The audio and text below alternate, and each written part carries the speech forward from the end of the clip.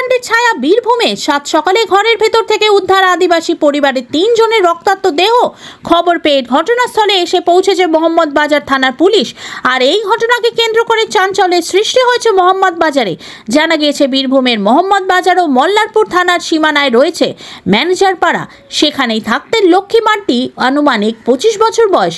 তার 2 সন্তান রূপালী দাস এবং অভিজিৎ 8 বছর বয়সেই 2 সন্তানকে নিয়ে থাকতেন তিনি। তার স্বামী লালটু কর্মসূত্রে দুর্গাপুরে থাকতেন। শুক্রবার সকালে দেখা যায় ঘরে খাটিয়ার ওপর পড়ে লক্ষ্মী ও রূপালীর কম্বল জড়ানো দেহ। খাটিয়ার নিচে একপাশে মাটিতে পড়ে ছোট ছেলে অভিজিতের দেহ। খাটিয়ার নিচে এবং অভিজিতের পাশে দেখা গেছে রক্তের দাগ। দেখা গেছে 3 জনের মাথাতেই আঘাতের চিহ্ন। 7 সকালে ওই বিধ্বংস শিউরে ওঠা ছবি দেখে এলাকাবাসীরা সঙ্গে সঙ্গে খবর দেয় মোহাম্মদবাজার থানায়। খবর পাওয়ার সাথে সাথে ঘটনাস্থলে পৌঁছায় বিশাল পুলিশ বাহিনী। পুলিশ পৌঁছানো মাত্রই পুলিশকে ঘিরে ধরে স্থানীয়রা, বিক্ষোভ দেখাতে থাকেন। পুলিশের কাছে স্থানীয় মানুষজন দাবি করেন 3 জনকে খুনই করা হয়েছে। ঘটনার সঙ্গে যে বা যারা জড়িত তাদের গ্রেফতার করতে হবে, না হলে দেহ উদ্ধার করতে দেওয়া হবে না। রীতিমতো উত্তপ্ত হয়ে ওঠে এলাকা। পুলিশের তরফ থেকে এলাকাবাসীকে বলা হয় আগে দেহ উদ্ধার হোক, তারপরেই তদন্ত শুরু হবে, অভিযুক্তদের শীঘ্রই ধরা হবে। কিন্তু তা মানতে নারাজ স্থানীয়রা। অনেক বাকবিতণ্ডার পর অবশেষে দেহ উদ্ধার করে পাঠানো হয় হাসপাতালে। ময়নাতদন্তের হওয়ার পরেই জানা যাবে খুনের আসল কারণ।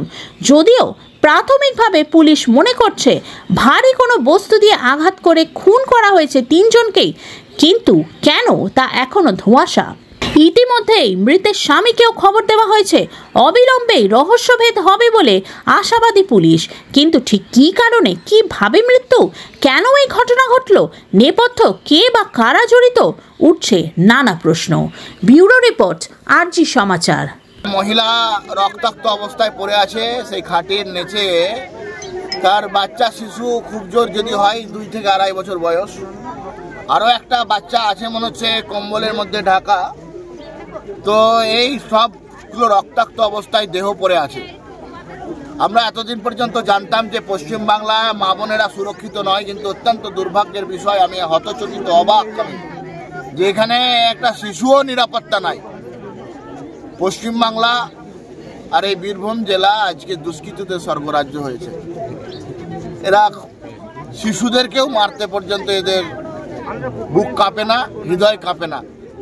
আমরা আজকে এখানে উপস্থিত হয়েছি যতক্ষণ পর্যন্ত পুলিশ কুকুর না আসবে, যতক্ষণ পর্যন্ত আসামিকে অ্যারেস্ট করা না হবে আমরা এখানে থাকব। স্বাভাবিকভাবে আমরা আমাদেরকে আন্দোলন করব এবং সংগঠিত করব মানুষকে, যে এইভাবে বাংলার মানুষ আজকে এই বাচ্চাটা হয়েছে